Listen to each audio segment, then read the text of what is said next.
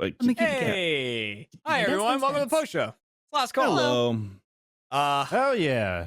I was watching Post Team play Rust. It's going to be interesting. Is Rust the quickest we've ever gone from being remotely excited about a game to finding a better version of it in Valheim and just abandoning it immediately and being like, all we want to do is play Valheim? It depends on who you're referencing when you say they were excited about it. When we started talking about playing Rust, I specifically did not weigh in on the conversations. I was like, maybe they'll forget I'm here. Like, because it was like, put your name down and sign up. Like, it was a whole thing of like, if you want to be in the server, like, put your Steam name here and everything like that. And I just never said anything. I just like sat back and I was like, eventually they'll be like, all right, we got the crew for the server. All right, we're good to go. And then like I kept getting messages like, Jeremy, you gotta send your information. And then finally I was like, oh, all right. I must. I'll send you. The first couple of times you guys played Rust, was it just the Monk's Achievement Hunter? Yeah. It was like, because I know you guys played that, and then we had a discussion today where it was like, we're kind of like not feeling Rust, but Valheim is like, that's the new babe. But then today's like Achievement Hunter Rust streams seem to go off the rails, and I think that like really like reinforces my whole thought about Rust is it's so much better when you're in a server interacting with other groups. Yeah. But which is hard for us to like plan to do that because we're not streaming 6 to 8 hours a day on like a streamer server or something like that. Right. Well, and it only worked because they had a million things. Like the Post team had fucking everything. They had cars, they had all these guns, they had like all this shit, and like we just happened to roll up, like me, Matt, and Trevor, and just take control. Like we like ran into their building, ate Larry, and then like That's awesome.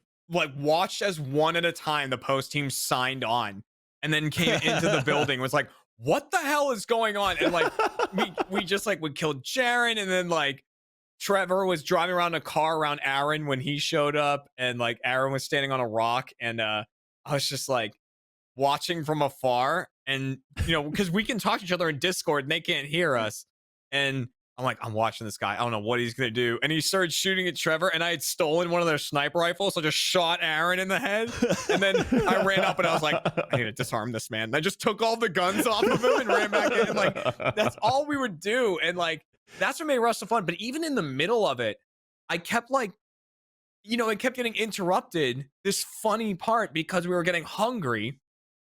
Like we were getting hungry and you start starving, or like you're bleeding from something, and like so we just kept like killing Larry so we could get more Larry meat, and like so we could like hand it out to people.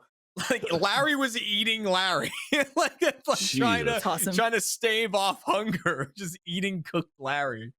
Yeah. I wonder if there's a way to like, I don't know, I don't play Rust. I wonder if there's a way to change that in the settings where you don't have to like do that as much or deal with that. Yeah, I'm sure. But that's one of the beauties of Valheim, because we all jumped in and it's very, it's a survival game like any other, but it's very simple. Mm-hmm. Yeah. And we got in there. We're like, how do you do this? And we're trying to figure stuff out. And we're just kind of like going, one step at a time. And then there was, kind of like a tent pole to the stream where we heard of like these creatures, like kind of like bosses that you can go like fight. And it was easy to just like, hey, cool. We summoned it. All right, we're beating the hell out of it. And then we moved on. So I don't know. I like the simplicity of Valheim. Right. Yeah. I saw Michael playing a little bit of it yesterday, and you guys were fighting some like giant forest stag. Looked like Electric stag. Yeah.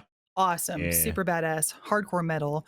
I really want to get involved with that too, because I tried to join the Rust server and I was in it, but it's one of those things where like you said, there's a learning curve, and once you get your base set up, I feel like, okay, I can kind of like find my role in the Let's Play, or like if I'm playing by myself, I can figure out what my objective is next.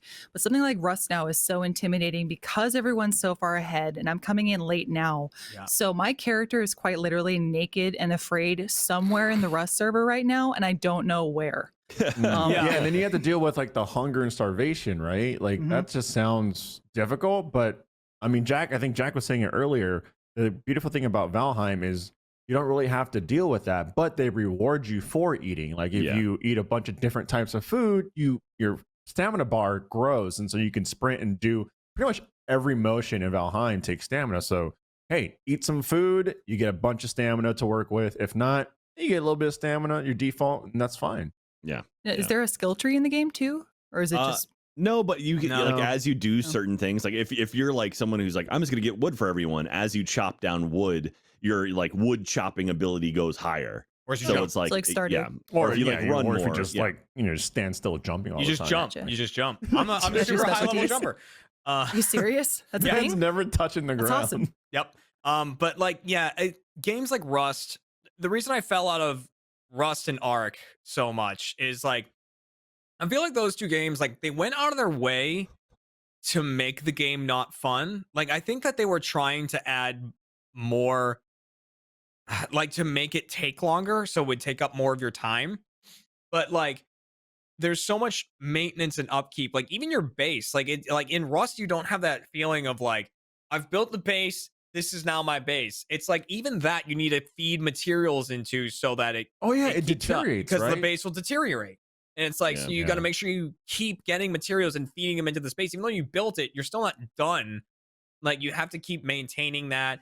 You know, your shit breaks, obviously. Whereas like in Valheim, your shit breaks, but you just repair it for free.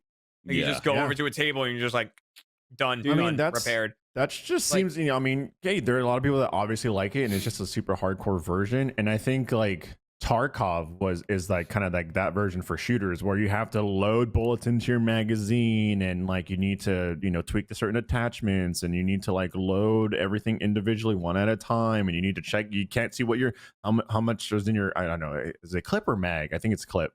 You don't know how many is in your clip, so you have to kind of like look, and it's like super hardcore. I'm just like, I just want to shoot things. I don't really Right. think about all the intricacies. Yeah, that's why I got Yeah. into 7 days. Like 7 days is one of those survival games, but I was into it because it was just like, it was easy. You know, if Yeah, you know, the whole thing was on the 7th night, there's gonna be a big horde of zombies, and you got to get ready before then. And if you just ventured out and found guns and made sure that you were stocked up on that kind of stuff, you were pretty much good. Like it never really felt like, oh my god, I don't have the thing that I need for this. Like that never really happened. Yeah. Like they kept it pretty simple in that, The- and I think the simpler the better. Like makes it more fun. Yeah, it's also it's one of those things where like Valheim, like I went into, so we played yesterday for like 2.5 hours, and then last night I just started up my own solo game just to be like, I just want to play more of this because I'm having a lot of fun with it. And then my buddy happened to see me online. He's like, dude, can I jump in? And so he jumped in like super like powerful and stuff. He's like, you want to see my world? And so he showed me his realm. Like he has a server with some friends, and like they've built up a Viking village, and there's like teleporters and stuff that will send you to different parts of the map. And like he's like, yeah, this is huge, right? Look at this. And then he loaded the map, just the in-game map, and he showed me that they had gone to maybe 5% of the whole map. It's so Love fucking that. big, and it's Love like, that. oh my god! And like, Is it like? and there's it's not stuff like even- there's enemies to kill, and like there's sort of a kind of a Yeah. narrative you can kind of get into, and it's like, oh, we need to level up to be able to beat this guy, but when you beat this guy, you get access to this thing, and it's like, okay. Whereas Rust is very much kind of like Minecraft, where it's sort of like, there you go, you have everything at your access right now. Good luck. Yeah. And it's like, You're talking Yeah, about like figure it out. adventure RPG elements added in. I mean, that's why yeah, obviously the whole a lot of the world does, but that's why I love the Legend of Zelda series. It's like that's Michael's complaint about for people who have played Skyward Sword is very linear to him. You don't upgrade your equipment after beating a boss, and that's what I enjoy too. Like you said, unlocking new skill sets once you've completed this objective. yeah. But I like that they consistently do that, but reinvent the style of Zelda for each title, and they don't make it boring every time. So my brain goes, "Ooh, it's new, but the same." Yeah. But it's nice too, because like if you die, all your stuff is just there. You can go back and Yeah. collect it. You lose some of your skills, but it's like, oh, you can go back and regain them Yeah. again. And it's like, okay. And like, I don't know. To me, it's like it's a very well done game. It's Fredo was like, I think Jack will like this. I'm like, oh, 100%. This is my Mhm. wheelhouse, man. And So so this is an easy game for Jack. I one of my favorite things about Valheim is like there's recipes to build things, but if you go to like someone else's server or world or go to even just somebody else that's like with you in your server, if you pick up an item you don't have, you get the recipe for it. So it's Yeah. like, okay, now I know how to make these things, and it's like, thank you. It makes it simple for me. Like, baby, step me into this world, okay? yeah. Like, Yeah. Like a little Gabu, you know? Mhm. And Gabu Anyway. me in. Yeah. we're gonna be sleeping. playing I a got the shitload can. of it this coming week. I think Wednesday, right? We're playing it all day, like or Yeah. all yeah, stream. this morning during the morning meeting, I was like, okay, I made a choice. Ambitious. And next Wednesday's stream is all Valheim. Anyone have any objections? And everyone was like, no. Dude, the fact Sarah was like, I got to get in on this. the fact that Michael was like, he just built a house for like the entire stream was like, holy crap! Like, all right, like that says a lot right there. So they just made it. They made it fun. Gonna come wreck it or make it really pretty. Yeah, I will. They made it fun, which is great. Like one of the big drawbacks to games like that for me personally is what's the penalty for dying?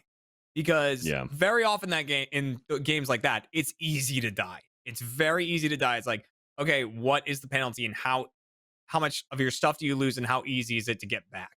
And like in Valheim, it seems pretty easy to get your stuff back. Like it, and you're not maintaining your health all the time. And it's like, oh, I'm dead. Look at the map. Hey, that's exactly where I died.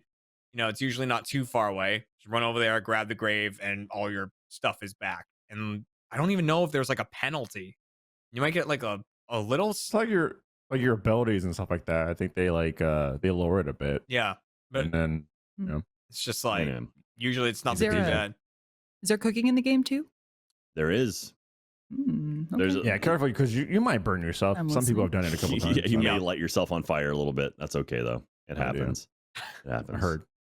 Oh God, I just want to play it now. I just want to play it and start. I know. I'm so happy that you said there was so much to that game because I was like, okay, maybe like we scratched a good chunk of it, but if there's so much more. The crazy thing is too. So like, there's certain materials. So like, once you get like in my personal world, I got to the point where like I'm starting to get like mine for copper and tin.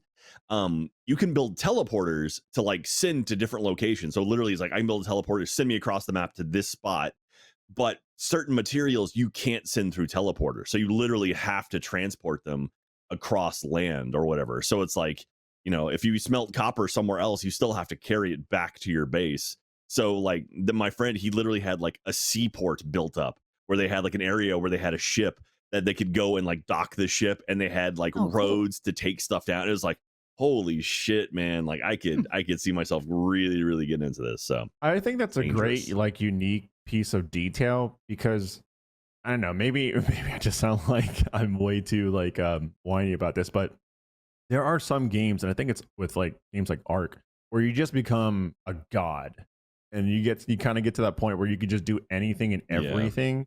And I like being able to be like, well, I am powerful, but there's some things I still can't do, and so I gotta still work for some things. Even my buddy was like super. God in like.